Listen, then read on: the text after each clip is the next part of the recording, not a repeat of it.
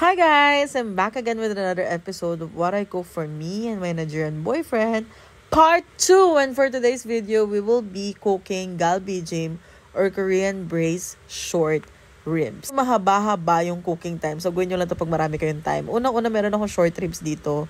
Nilinis ko siya, hinugasan ko siya na maraming beses na malamig na tubig, tapos pinakuluan ko lang siya ng few minutes para lumabas yung mga chismis niya. Pagkapakulo ko sa kanya, hinugasan ko siya ulit, then set it aside. For its sauce, gumamit ako dito ng Asian pear, ng garlic, ng ginger, ng onion. Kung wala kayong Asian pear, pwede namang mansanas.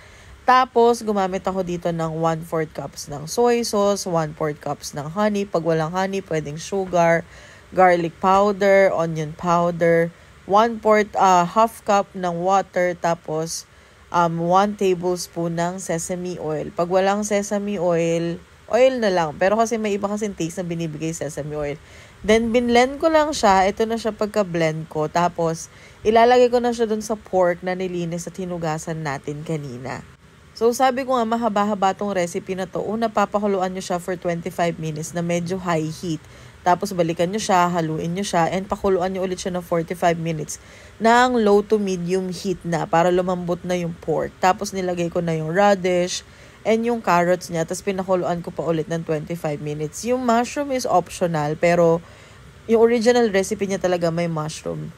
Tapos, ayan, pinakuluan ko ulit siya ng 25 minutes pagkalagay ko ng mga gulay. Tapos, after 25 minutes, chinek ko kung malambot na yung radish, yung mushroom, and since malambot naman na siya, eto na, sinerve ko na. Actually, mas better to kung medyo papatuyuin nyo pa. Pero kasi gutom na ako. Gabi na kasi to.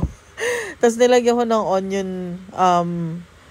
green onion sa ibabaw. And then for the sides, gumawa ako ng aming baked sweet potato. So, garlic powder, salt and pepper, tapos olive oil, tapos binake. Ngayon, kung wala kayo pang-bake at gusto nyo lang siya ipirito, huwag nyo lang lalagyan ng olive oil. And pwede namang lagyan nyo na lang siya ng flavorings. Flavorings pag napirito nyo na siya. And then, ito na yung dinner natin. Napakasaya.